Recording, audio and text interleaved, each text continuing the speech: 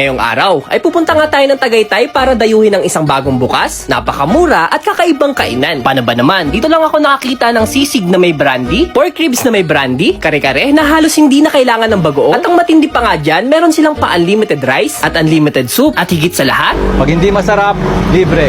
isang bagong bukas na kainan na para kang dinala sa probinsya na nagsaserve ng mga nagsasarapang pagkaing Pinoy. Meron pa silang boneless bangus, 80 pesos na lomi at lomi overload, buko pa'y alam mode at napakarami pa ngang iba. Kaya't wag na nga natin patagalin to. Mali samahan niyo ako sa takas ko. Ako nga pala si Will. Tara, takas muna tayo.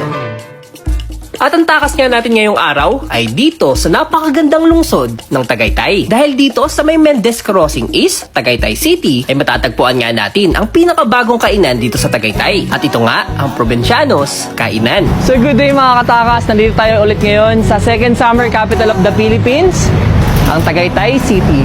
So yung pinuntahan natin dito ay isang bagong kainan kung saan alam na alam niyo yung word na to kasi sikat na sikat dito si Cardo Dalisay, ang Provincianos Kainan.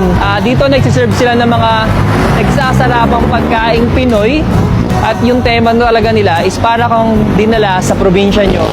Hindi siya mahirap matunton kasi along Tagaytay Nasugbu Road lang siya, tapos nasa harapan lang sila ng Mr. Pares